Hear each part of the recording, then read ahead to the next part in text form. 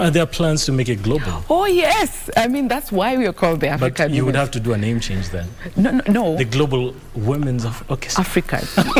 We are on this soil, and I think the story is important that we are in African soil, and we need to have the conversation about Africans, because our story is the one that needs to be told. Of course, there are philharmonic orchestras in every city, and they have a different story that they need to tell. But for us, this is something that's unique. That's happening here. But if we are able to grow and have conversations about us, because one of the other things we do is we take music from artists and we arrange it for them and perform with them.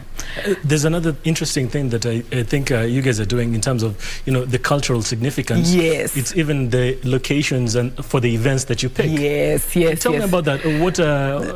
What influenced that decision? So first of all, we started off at the National Theatre, the Kenya National Theatre. So the Kenya Cultural Centre has been a great partner of the Women's Orchestra for the longest time. But then we had our first performance at the National Museum of Kenya in 2022.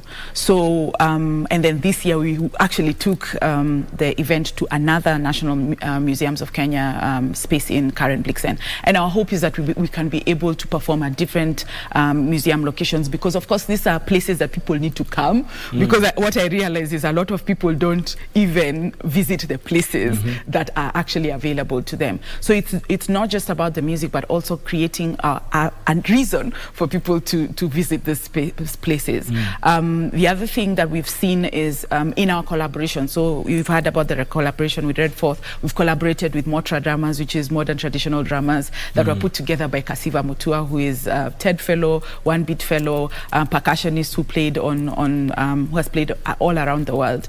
And she was doing the same. What we're doing with the Women's Orchestra, what we're doing with the musicians that we are working with, she's doing the same with percussionists. So there's a whole group of percussionists who played with us. So collaborating with like-minded people who are putting women in the performing space together.